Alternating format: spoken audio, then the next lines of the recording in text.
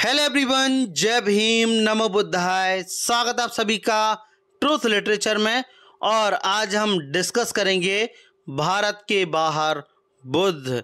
तो आइए शुरुआत करते हैं और लिखते हैं कि भारत का प्राचीन इतिहास जो बौद्ध रंग में निरंतर रंगता ही जा रहा है, विश्व का इतिहास, विशेष रूप से एशिया का इतिहास भी इस रंग से अछूता नहीं है।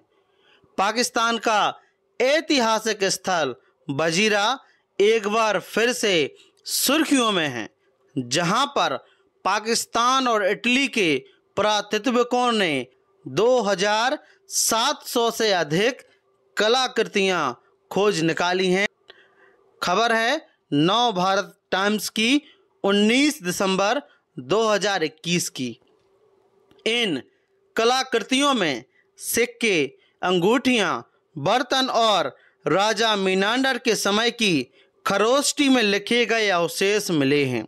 बौद्ध मठ भी मिला है।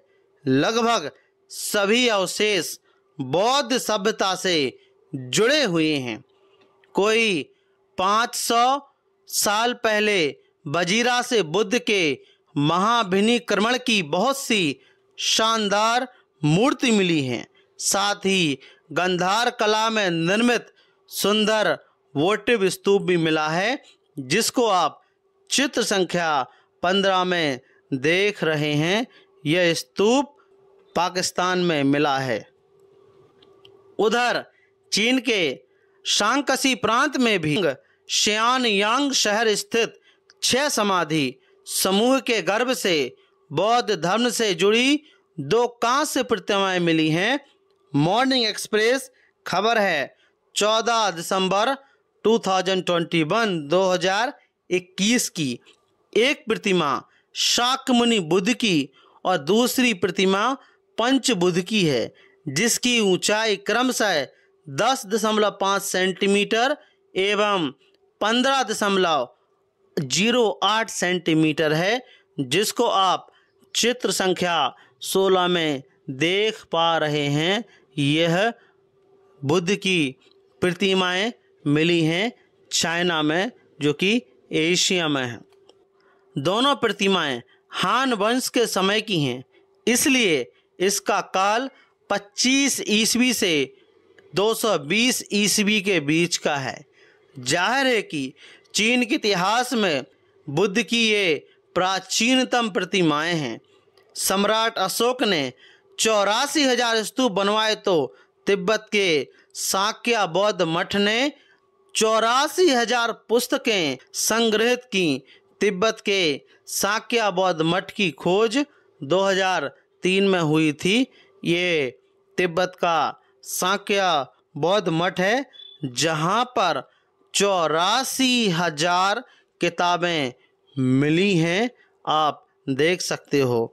इस प्रकार न केवल भारत बल्कि प्राचीन एशिया भी नवीन अनुसंधानों के आलोक में बौद्धमय होता जा रहा है। जूलियन बौद्ध विश्वविद्यालय की गणना प्राचीन विश्वविद्यालयों में की जाती है। यह पाकिस्तान के हरीपुर जिले में तक्षशिला के निकट पहाड़ी की चोटी पर है।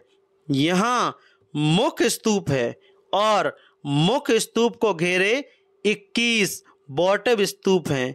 वोटिव स्तूप काफी अलंकृत हैं। 2 बड़े बड़े प्रांगण हैं।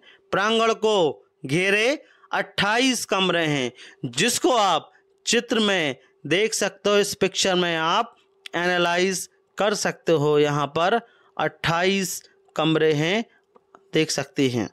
यह आवासीय विश्वविद्यालय 2 मंजिला था। सीढ़ियाँ अभी भी हैं। कम से कम 28 कमरे ऊपर रहे होंगे। कमरे में दीपक रखने के लिए ताखे बने हुए हैं। हवा के लिए खिड़कियां हैं। जूलियन का अर्थ संतों की तरह है। भिक्षु संत ही थे। एक स्थान भीर टीला भी है। भीर टीला का असली रूप पीर है। भिक्षु पीर भी थे। अपनी अपनी नज़र से भिक्षुओं को सबने देखा। पाकिस्तान में तक्षशिला से कुछ दूरी पर बौद्ध स्थल मोहरा मोराडू है। मोहरा मोराडू दो भागों में है। पश्चिम में बड़ा सा स्तूप है और पूरब में दो बौद्ध विहार हैं, जिसको आप चित्र में इस पिक्चर में देख सकते हैं कि किस प्रकार से स्तूप भी है और बौद्ध विहार भी स्थित है। बौद्ध विहार में 27 कमरे हैं।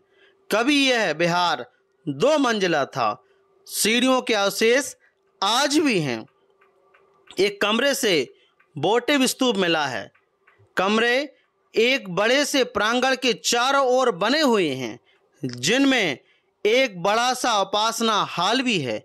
उपासना हाल के पीछे पत्थर का बना हुआ कुआं भी है।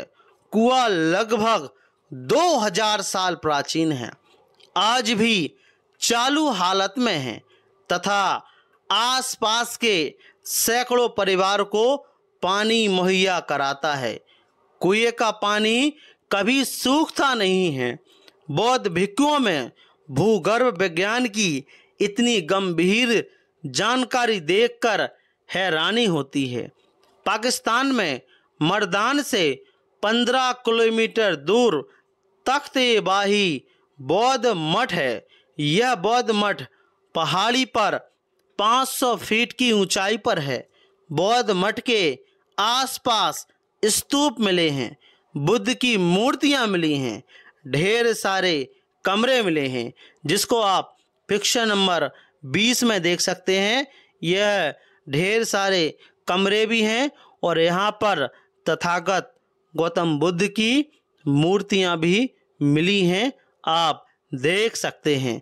लेकिन बौद्ध मठ से जो सबसे प्राचीन अभिलेख मिला है वह प्रथम सदी के पहलव राजा गोंडोफर्निज का है। बाद में बौद्ध स्थल से कुषाणों का नाम जुड़ता है। बौद्ध मठ के विकास में न केवल कुषाणों का बल्कि पहलवों का भी योगदान है, जिस पर इतिहास में विमर्श कम हुआ है। बुद्ध और उनके बुद्धिज्म से दुनिया ने बहुत कुछ सीखा है। अरब के मुल्कों ने बुद्धिज्म से ही अंक प्रणाली सीखी है। चाइना ने मार्शल आर्ट सीखा है। श्रीलंका ने शील सीखा है। यूरोप ने कार्य कारण सिद्धांत सीखा है कि कार्य का कारण आखिर है क्या। जापान ने काताकाना और हिराकाना अक्षरमालाएं बनाई हैं। अमेरिका ने संघ प्रणाली सीखी है। बर्मा, श्याम, जावा, कंबोडिया आदि देशों ने संशोधित धम्म लिपि को अपनाया है। नेपाल, तिब्बत, म्यांमार आदि पड़ोसी देशों ने अनेक पांडुलिपियां सुरक्षित कर बुद्ध की वाणी को बचाए रखा है। दुनिया के अनेक देशों ने विपश्यना सीखी है। दुनिया के अनेक देशों ने अपनी अपनी भाषा में बुद्ध वाणी का अनुवाद किए हैं। दुनिया के अनेक देशों के छात्रों ने भारत के बौद्ध विहारों में शिक्षा ग्रहण की है। यदि भारत विश्व गुरु था तो वह बुद्ध के बलबूते पर था। बुद्ध निश्चय ही विश्व गुरु थे, तभी तो चीन, जापान जैसे दूर देश में भी बुद्ध शब्दावलियों का प्रयोग भरा पड़ा है। तो हमने इस छोटी सी वीडियो के माध्यम से जानने का प्रयास किया कि किस प्रकार से बुद्धिज्म भारत के बाहर चाइना, पाकिस्तान, श्रीलंका आदि देशों में फैला हुआ था। वहाँ पर बुद्ध की प्रतिमाएं 2-2 हजार साल पुरानी प्रतिमाएं देखने को मिलती हैं। तो अगले वीडियो में हम और विस्तार से जानने का प्रयास करेंगे कि किस प्रकार से बुद्धिज्म भारत के बाहर फैला हुआ था। तब तक आपका इस टॉपिक के बारे में क्या मानना है, प्लीज़ हमें कमेंट बॉक्स में ज़रूर बताएं। और यदि आप ट्रूथ लिटरेचर पर नए हो तो ट्रूथ लिटरेचर को आप सब्सक्राइब जरूर करें, साथ ही साथ हमारी वीडियोस को शेयर ज़रूर करें। जय भीम, जय भारत।